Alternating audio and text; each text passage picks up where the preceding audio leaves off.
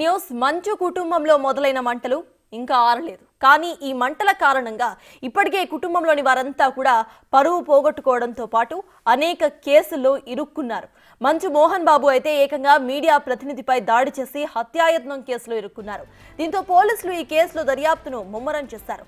ఆయన హైకోర్టులో వేసిన ముందస్తు బెయిల్ కూడా రద్దయింది. దీంతో మోహన్ బాబు పరారీలో ఉన్నట్లుగా ప్రచారం.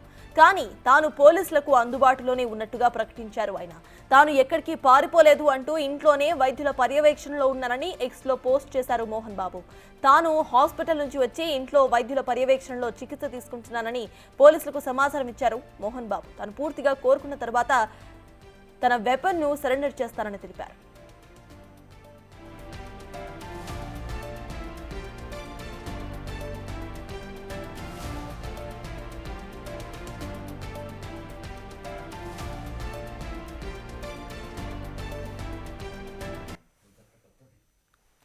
ఇదే అంశంపై పూర్తి డీటెయిల్స్ ను మా ప్రతినిధి సురేష్ అందిస్తారు. సురేష్, చెప్పండి. ఇటు మోహన్ బాబు పరారీలో ఉన్నట్లుగా కొన్ని వార్తలు కొంతమంది చెప్తున్నారు కూడా. At the same time Mohan Babu మాత్రం తాను ఇంట్లోనే ఉన్నాను, తను పూర్తిగా కోలుకున్న తర్వాత తన వెపన్ ని కూడా సరెండర్ చేస్తాను అంటూ కూడా ఆయన ఎక్స్ వేదికగా చెప్పారు. దీన్ని ఎలా చూడాలి? అసలు అప్డేట్స్ ఏంటి?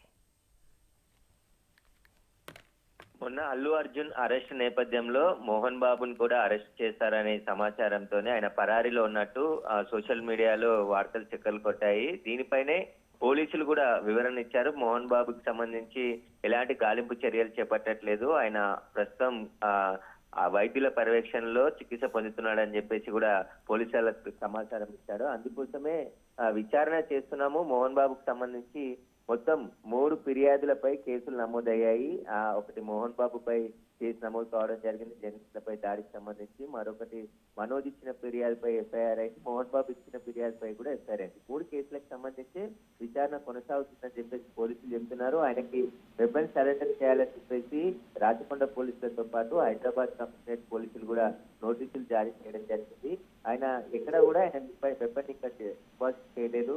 అంటే అతను అనారోగ్యంతో బాధపడుతున్నాను, నేను వైద్యుల పర్యవేక్షణలో ప్రస్తుతం చికిత్స పొందుతున్నానని చెప్పేసి కూడా పోలీసులకి సమాచారం అందించాడు. హాస్పిటల్లో ఉండలేకే ఇంటికి వచ్చి ఇంట్లో చికిత్స తీసుకుంటున్నానని చెప్పి కూడా పోలీసు సమాచారం తెలుస్తుంది. తను పూర్తిగా తర్వాత విచారణకి కూడా హాజరవుతుందని కూడా ఆయన చెప్పడం జరిగింది. అయితే హైకోర్టులో మోహన్ బాబు ముందస్తు పోలీసుల నోటీసులకు సంబంధించి సవాల్ చేస్తూ పిటిషన్ దాఖలు జరిగితే ఆ పిటిషన్ పైన విచారించిన హైకోర్టు ఇబ్బంది పడుతున్న మోహన్ బాబుపై ఎలాంటి చర్యలు తీసుకోవచ్చు, విచారణ కూడా అని చెప్పేసి కూడా రిలీజ్ కూడా చేసింది. దీంతో నెల 24 వరకు మోహన్ బాబు అరెస్ట్ ఉంటుందనే తెలుస్తుంది. ఎందుకంటే హైకోర్టులో పెండింగ్ ఉండగా పోలీసులు ఎలాంటి చర్యలు తీసుకోరని కూడా మోహన్ బాబు తరపు మంత్రులు చెప్తున్నారు, ఆయన న్యాయవాదులు చెప్తున్నారు.